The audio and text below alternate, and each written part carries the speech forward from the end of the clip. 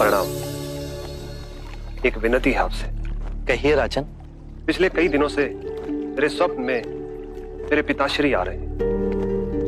मैंने ब्राह्मणों से भी इसका अर्थ पूछा तो उनका कहना था कि तुम्हारे पिताश्री को शांति नहीं मिली, उनके लिए पूजा करनी हो, यज्ञ संपन्न करना होगा। आप तो परम ज्ञान का स्वरूप है, तो विनती है आपसे कि पूजा विधि आप ही के हाथों से हो, जो मेरे पिताश्री तक पहुंचे, उन्हें मुक्ति मिले, जीवन मरण के इस चक्र से वो मोक्ष पाले।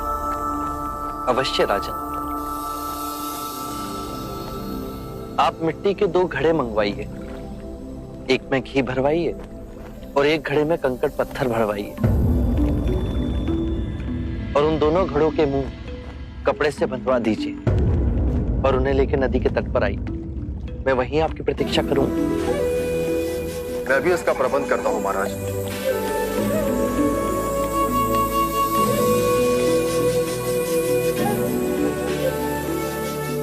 महाराज, अब आप इन दोनों घड़ों को पानी में डाल दीजिए।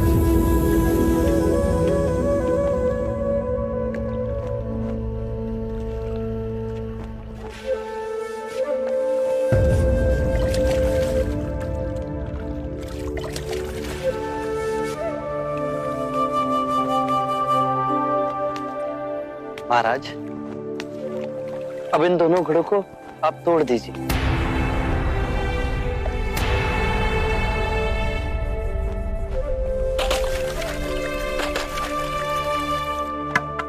महाराज, अब आप ध्यान से देखिए कि ऊपर उठ पानी पर तैरने लगा।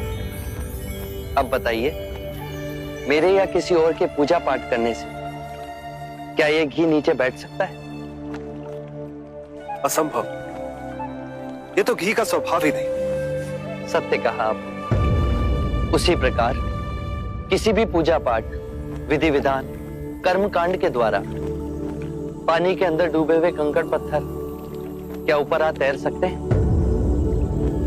नहीं बुद्ध, ये तो प्रकृति के नियम के विरुद्ध है।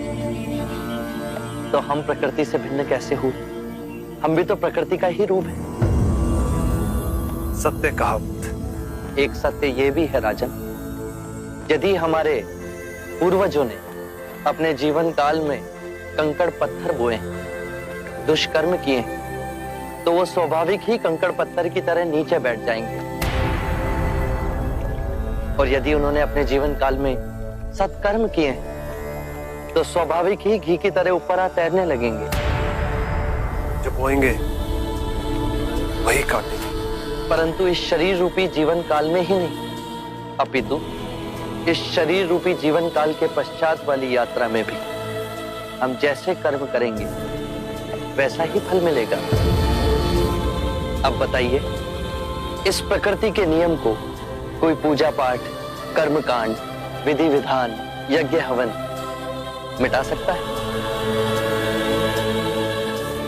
राजन, मैं भी इसको नहीं बदल सकता।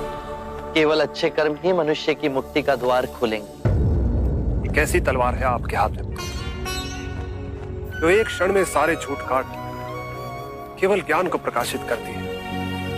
ना जाने कितने जन्मों और भटकता में यदि आपकी कृपा ना होती, इस एक क्षण में आपने अपनी अदृश्य तलवार से मेरे अहंकार का सर भी काट दिया।